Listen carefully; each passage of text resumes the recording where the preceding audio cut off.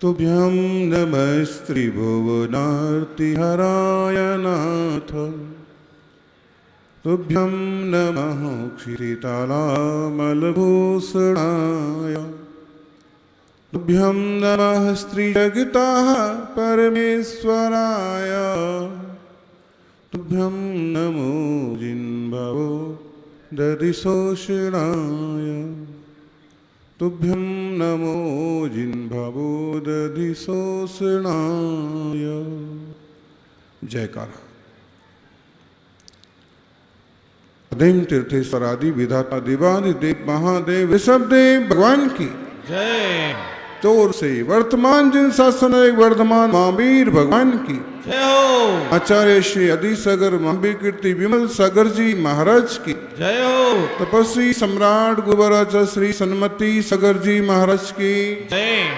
विराट संत चतुर्पट्टाधीश परमजाचर भगवान सुनील सागर जी गुरुदेव की।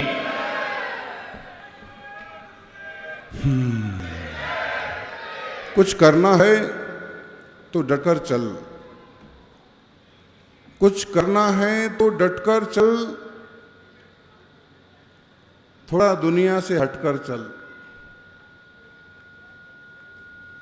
कुछ करना है तो डटकर चल, थोड़ा दुनिया से हटकर चल। लीक पर तो सभी चल लेते हैं, कभी इतिहास को पलटकर चल।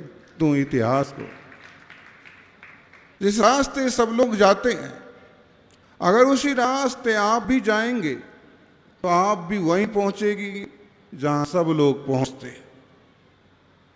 लेकिन अगर आप और कोई नई मंजिल हासिल करना चाहते हैं तो आपको किसी नए रास्ते से चलना होगा।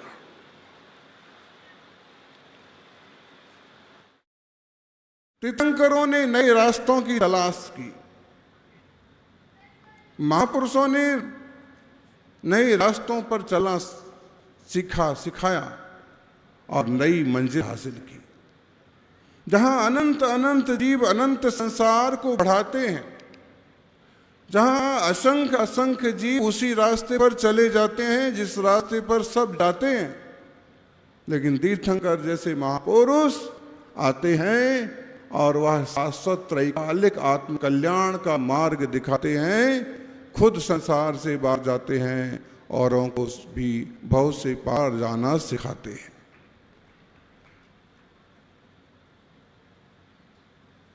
सौभाग्यशालियों,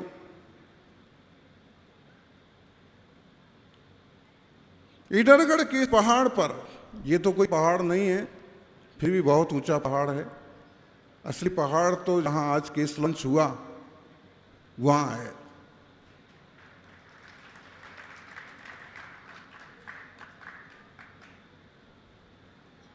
मजबूत कद काठी और मजबूत इरादों वाले व्यक्ति ही पहुंच सकते हैं।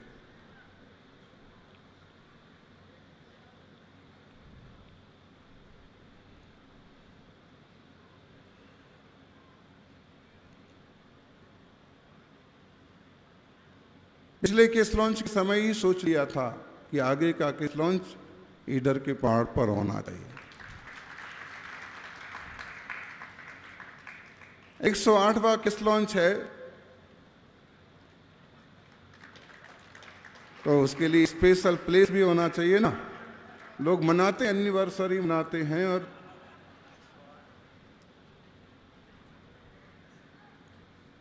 जहां श्रेष्ठतम संत पुरुषों ने साधना की, जिस बिहाड़ वन में आज भी चीते, तेंदुए, पैंथर विचरते हैं, जहाँ की गुफाएं उनके रहने का स्थान है, ऐसे परम पवित्र ईडरगढ़, गिरनारगढ़, शत्रुंजयगढ़, पावागढ़ और ईडरगढ़, गुजरात के ऐसे 4 गढ़ हैं जहां तीर्थंकरों का गढ़ है। तीर्थंकर मोक्ष पधारे हैं, संतों ने साधना की है, अतिशयकारी जिनालय।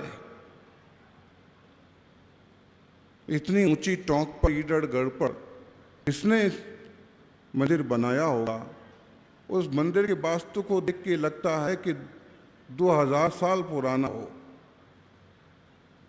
और उसमें निर्गंथ तीर्थंकरों की प्रतिमाएं पता नहीं कितने सालों से विराजमान है, कितने उतार चढ़ाव आए, फिर भी आज। और यहाँ ईडरगढ़ सुंदर विशाल जिनालय का निर्माण गांधी परिवार ने कराया, और पूरे समाज के साथ मिलकर वही परिवार पंच कल्याणक महोत्सव भी कर रहा है।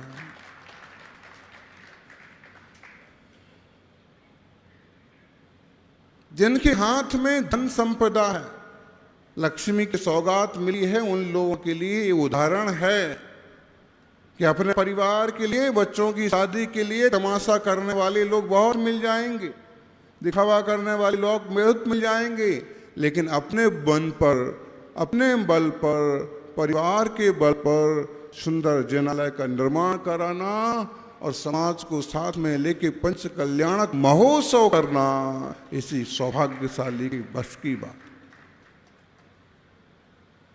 अहमदाबाद के लोग भी उपस्थित हैं।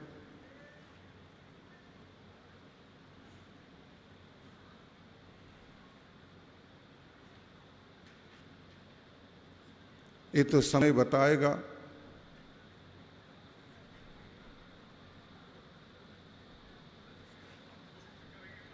कोशिश करेंगे, और कोशिश करने वालों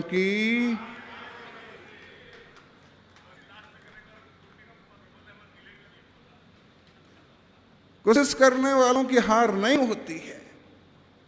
पहाड़ों को तोड़ करके भी रास्ते बन जाते हैं, और ऊंची चट्टानों पर जाकर के भी जिनारे बन जाते हैं।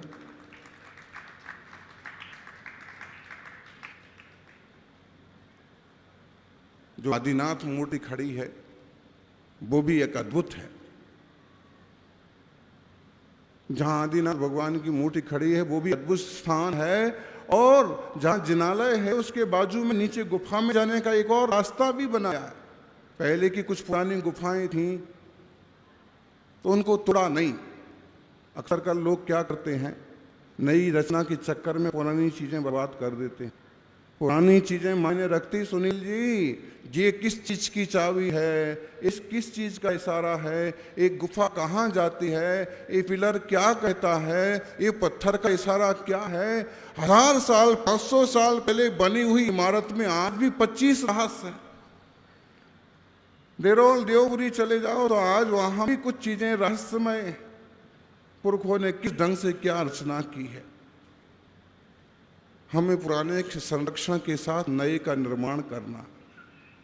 और हमने तो देखा कि जहां शिलान्यास के लिए खुदाई हुई वहीं से निकली ना 5-5 प्रतिमाएं। अब वो भगवान मुंह से तो नहीं बोल सकते हैं, वो बाहर आ गए और वो कहना चाहते हैं कि यहाँ मंदिर बनाओ और हमें ही बैठाओ। हम यहां से निकले 3 मंदिर हो जाएंगे, दिक्कत क्या है। पूरा खर्च करके उस मंदिर का और नए ढंग से जीर्णोद्धार हो जाएगा। जब धरती से देवता प्रकट हो रहे हैं तो निश्चित रूप से वो संपदाएं भी मिलेंगी कि आप उनको ऊंचा आसन दे सकें, उनकी पूजा आराधना कर सकें। जब यहां प्रभु प्रकट हुए, लोग तो चक्कर में पड़ गए कि अब इनको कहां विराजमान करें। पहले तो बुजुर्गों ने गंभीरता से काम किया, बहुत ज्यादा तमाशा नहीं किया, बहुत ज्यादा शोरगुल नहीं किया। नहीं तो तुम्हारे यहां से छीनने वाले तो बहुत हैं। तुम्हारे बने बनाए मंदिरों मूर्तियों पर कब्जे हो जाते हैं, फिर ऐसी चीजें छीनने वाले तो बहुत हैं। तो बुद्धिमानी ये की कि जल्दी जल्दी उस चीज का खुलासा नहीं किया। सिर्फ हमें और कुछ वरिष्ठ जनों को सूचना हुई कि 7 अक्टूबर को श्री जी प्रकट हुए, अकेले नहीं, समोषण के साथ।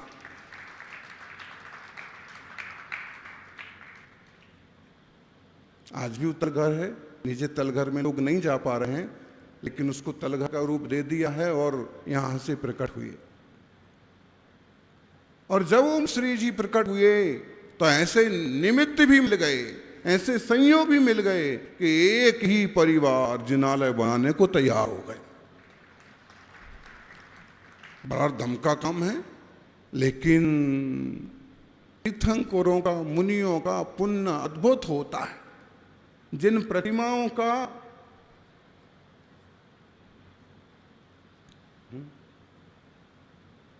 सौभाग्यशाली हो, पुरातत्व का संरक्षण, 500-700 साल पुरानी इमारतों का संरक्षण, मंदिरों का संरक्षण,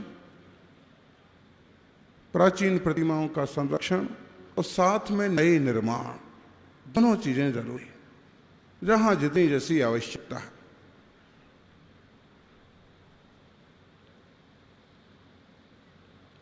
इस पंच कल्याणक महोत्सव में पहला दूसरा दिन गया गर्भ कल्याणक में। कल हमने जन्म कल्याणक महोत्सव मनाया और आज भगवान का दीक्षा कल्याणक महोत्सव है।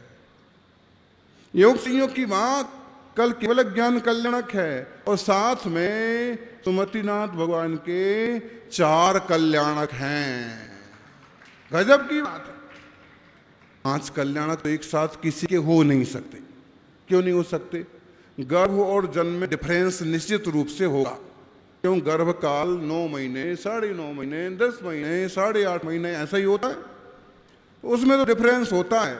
लेकिन हमें वो तिथि भी मिली जिसमें एक ही साथ सुमतिनाथ भगवान की 4 कल्याणक हैं और कल 4 कल्याणक के दिन यहां हम चौथे केवल ज्ञान कल्याणक महोत्सव को मनाएंगे। और गजब की बात, महावीर जयंती के एक दिन पहले मोक्ष कल्याणक होगा और स्थापना तो मोक्ष कल्याणक के तुरंत बाद होगी, लेकिन हम तो महावीर जयंती के दिन करेंगे स्थापना। हम व्यक्तिगत अपना मंत्र पढ़ेंगे। सौभाग्यशालियों, ये पल बड़े भाग्य से मिलते हैं। इतनी बड़ी रचना करना, पंच कल्याणक की रचना करना, करवाना, पूरे समाज को एकत्रित होना, ये बड़े पुण्यों से हो पाता है। ईडरगढ़ प्राचीनतम समाज, कहते हैं ईडर, केड ब्रह्म, देवल, ये कुछ ऐसा एरिया था, हजारों की संख्या में वीतरागी जिनेश्वर के मार्ग को मानने वाले श्रावक श्राविका रहते थे। आज भी कुछ स्थानों पर सौभाग्य से वीतराग जिन शासन की आयु में आई डटे हुए हैं। और खास कहें तो हुमर समाज तो लगभग इसी एरिया से पूरे देश में गया। महाराष्ट्र हो, राजस्थान हो, चाहे दिल्ली हो और चाहे मुंबई हो। और खास बात, आज भी इन लोगों के संस्कार काफी हद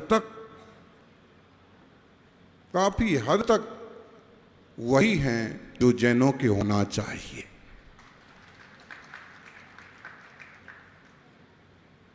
थोड़े से लोग गड़बड़ करने लगे, लेकिन ज्ञानी ध्यान रखो, जो गड़बड़ करेगा वो गड़बड़ हो जाएगा और जो सही रास्ते चलेगा एक दिन वो मोक्ष का मार्ग भी पाएगा। ध्यान रखिए, हमारे यहाँ रात्रि भोजन के लिए स्थान नहीं है, मध्य मास मधु के लिए कोई स्थान नहीं है, हमारे यहाँ व्यभिचार के लिए कोई जगह नहीं है, अनैतिकता के लिए कोई जगह नहीं है। भ्रष्टाचार और रिश्वतखोरी को भी हम लोग दुत्कारने वालों में से हैं। पवित्र आचार विचार पंचाणुमत के साथ आगे बढ़ने वाला यह समाज, और इस समाज का संदेश वही संदेश जो तीर्थंकरों ने दिया। जन्म लिया है तो जन्म का लेना तभी सार्थक है जब दीक्षा हो।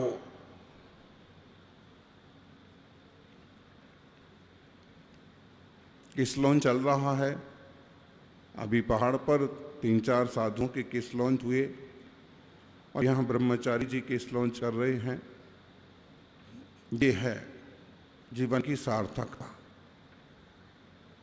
ज्ञानी बालों को रंग करके तो हम खुद को दिग्भ्रमित करते हैं, और जब हम विरक्त होते हैं देह से, भोग से, कामनाओं से, तो फिर किस लॉन्च करने का मन में आता है।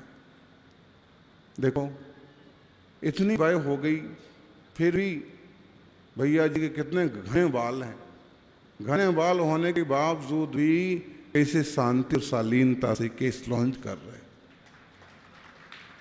क्योंकि गृहस्थ के लिए केस लॉन्च करना जरूरी नहीं है, फिर भी उनकी भावना है कि बस थोड़े ही समय में मुझे दीक्षा लेना है, महाराज जी एक बार आपके चरणों में केस लॉन्च करना है, होना चाहिए। तो उनका दूसरा केस लॉन्च हो रहा है। दोपहर को अपन सभी तीर्थंकर भगवान का दीक्षा कल्याणक देखेंगे, केस लॉन्च देखेंगे, नमीनाथ स्वामी की बारात भी देखेंगे और वैराग्य भी देखेंगे। अभी नेमीनाथ भगवान की पंच कल्याणक हो रहे, संतरामपुर में भी हुआ और यहाँ भी हो रहा। हाँ, संतरामपुर में ये नेमी कुमार बने थे, बैराग हो गया, पहाड़ पर चले गए, लेकिन कलयुग है वापिस आ गए।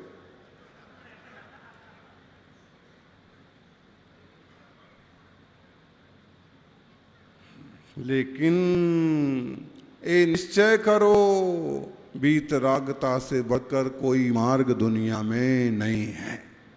जिस दिन भी जीव का कल्याण होगा उसको इसी मार्ग से चलना पड़ेगा। आत्म कल्याण इसी मार्ग पर चल करके होगा। आत्म विशुद्धि के पथ पर सभी लोग बढ़िए। सौभाग्यशालियों, अपने आचार विचार की रक्षा करो, परिवार की रक्षा करो, परिवर्धन भी करो।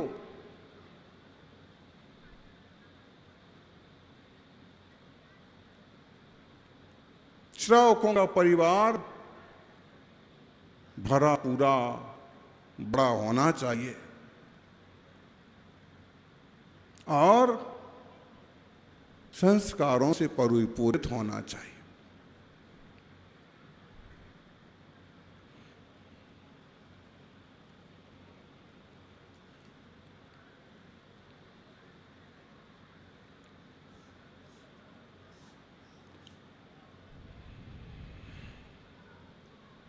प्राकृत विद्यापीठ के बच्चे भी उपस्थित हैं। निश्चित रूप से ये भारत का भविष्य हैं, समाज का भविष्य हैं। अच्छे संस्कार पड़ जाते हैं तो एक सादा सा जीव भी विकास करके बहुत ऊंचाइयां हासिल कर लेता है।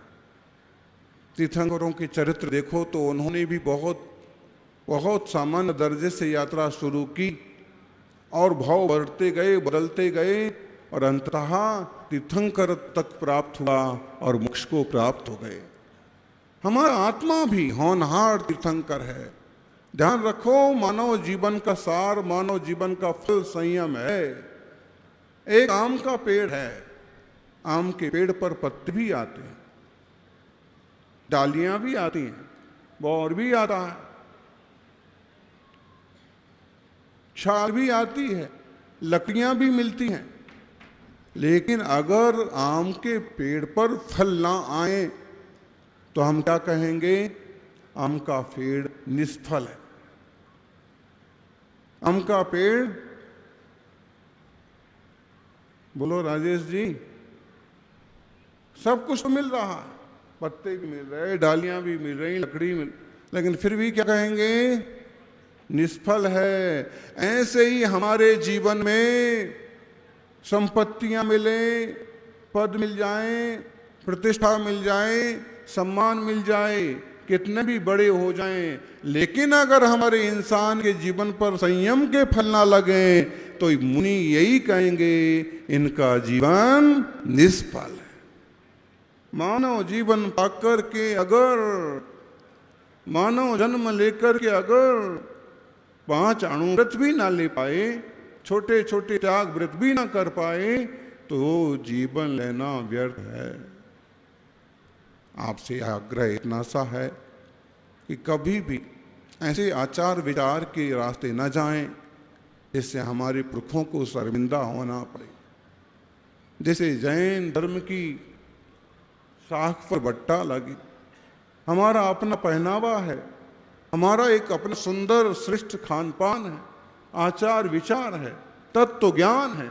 हम उस रास्ते चलें, स्वरूप की सुरक्षा करें, जन जन के मंगल की भावना कर।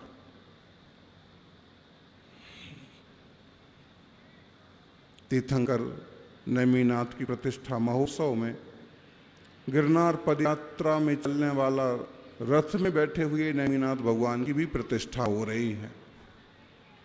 वो अपने रथ में सवार हैं और वो कहाँ बैठेंगे ये तो समय बताएगा,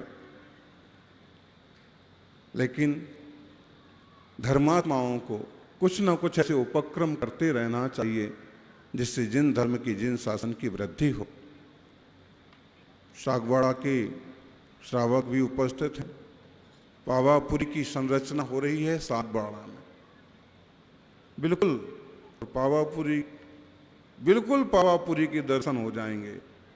यहाँ की पावापुरी भी है, इधर में भी है, लेकिन वहाँ जो रचना हो रही है वो पावापुर से सवाई, ताकि हम तीर्थंकर महावीर स्वामी की वहां तक भूमि तक पहुंच ना पाए तो यहाँ के दर्शन करके अपने आप को कृत कर ले।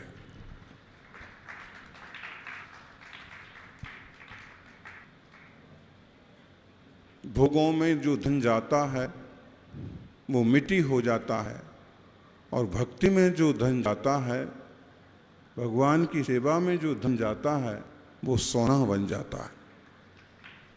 कैसे बन जाता है? एक से पाप की रचना होती है, दूसरे पुण्य की रचना होती है। अपने जीवन को पुण्यमय बनाइए।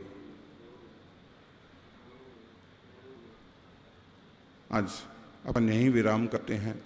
दोपहर को फिर दीक्षा कल्याणक के पवित्र अवसर पर उपस्थित होंगे। बड़ा मंगलमय कार्यक्रम है। आज शायद थोड़े से कम लोग हैं, 10-20 कुर्सियां खाली रह गई। हाँ,